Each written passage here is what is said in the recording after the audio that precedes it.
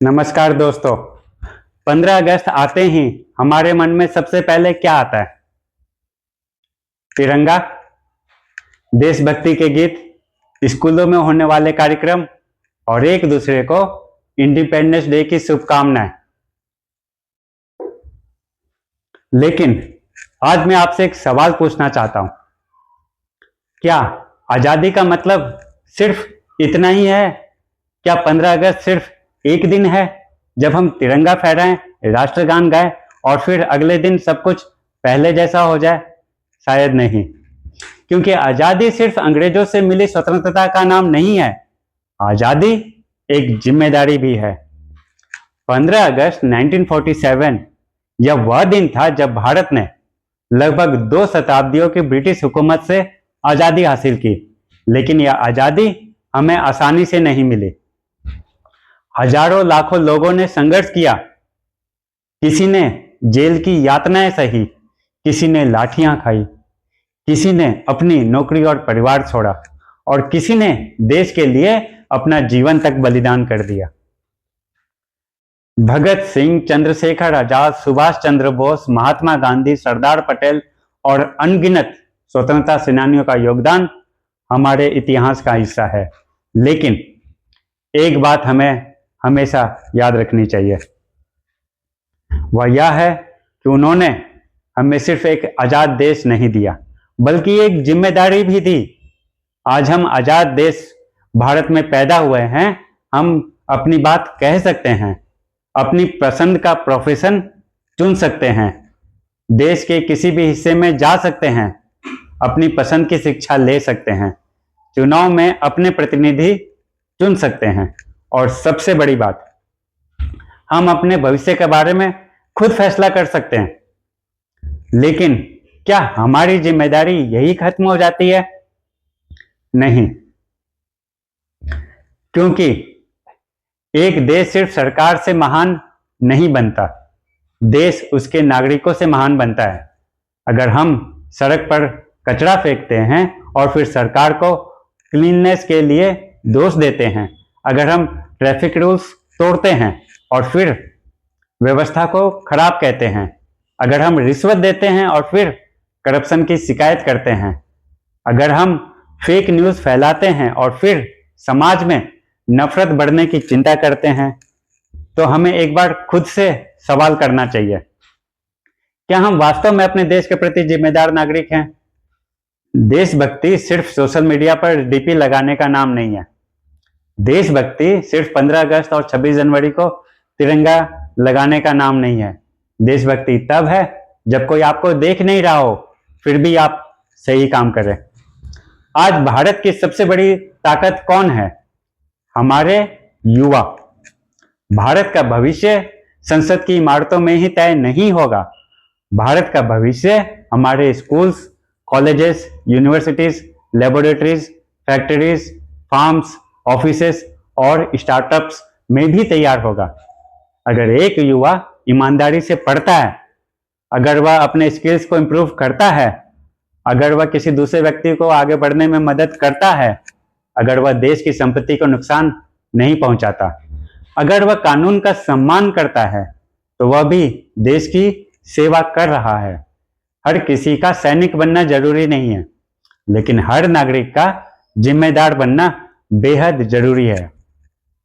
आज हमारे पास एक ऐसी फ्रीडम है जो पिछली पीढ़ियों के पास इस रूप में कभी नहीं थी, और वह है सोशल मीडिया की फ्रीडम।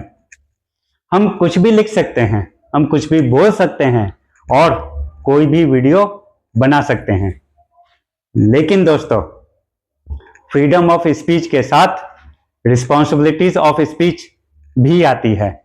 किसी खबर को शेयर करने से पहले उसे वेरीफाई करना भी हमारी जिम्मेदारी है। किसी व्यक्ति, धर्म, जाति या समुदाय के खिलाफ बिना सोचे कुछ फैलाना देशभक्ति नहीं है। हमारे शब्द समाज को जोड़ भी सकते हैं और तोड़ भी सकते हैं। इसलिए बोलने की आजादी का इस्तेमाल जरूर कीजिए, लेकिन समझदारी के साथ कीजिए।